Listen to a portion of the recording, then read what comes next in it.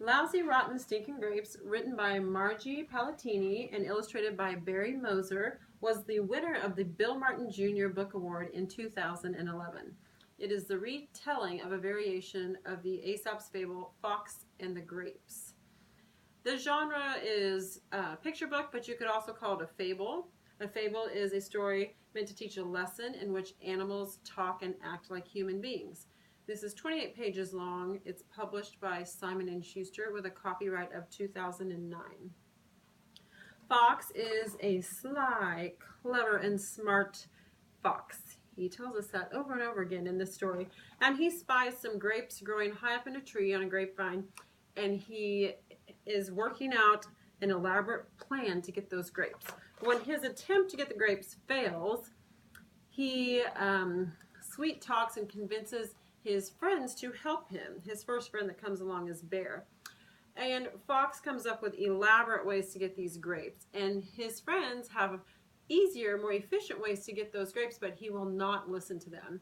He dismisses them and repeatedly says he is sly, clever, and smart and knows how to get them. But he never gets the grapes. And at that point, his friends, Bear, Beaver, Possum, Porcupine, and Skunk tell him, well, you could have done it this way. And he says, well, why didn't you tell me? And they said, because they all tried to tell him politely, well, you're so sly, you're so clever, you're so smart. And he stomps off in a huff and never gets a grape because he says he doesn't want those lousy, rotten, stinking grapes. And his friends enjoy all those grapes.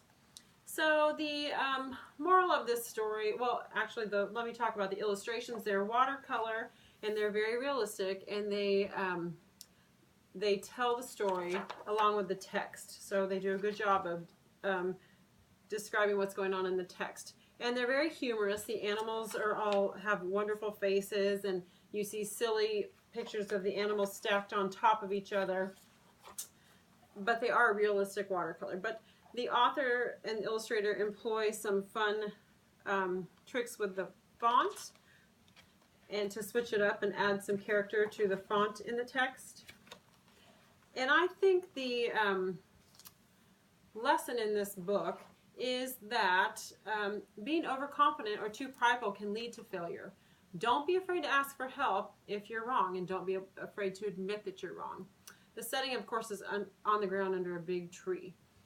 I think this book is great for kids because it teaches some valuable life lessons. It tells you, teaches you to listen to your friends. It teaches you that you don't always know best, and you need to be humble, and you need to admit when you're wrong, and you need to be able to say sorry.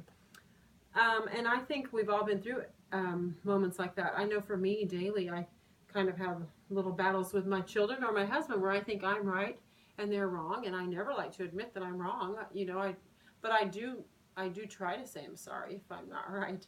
And I think an activity that would be good with this would be to ask some questions before the story, such as, have you ever had a friend not listen to you? How did that make you feel? Or have you ever not listened to a friend, and how do you think that made them feel? Maybe ask some questions during the story. Why didn't Fox listen to anybody's plan? Do you think Fox will eat the grapes? And maybe after, how do you think Fox's friends felt when he wouldn't listen to them? And do you feel sorry for Fox? Why or why not? And then have the children pretend they're one of the animals, and you could write a letter to Fox saying how you felt and why Fox didn't get the grapes. And if the kids are young, then you could help them write the story on a big piece of tablet paper. And that is Lousy, Rotten, Stinkin' Grapes.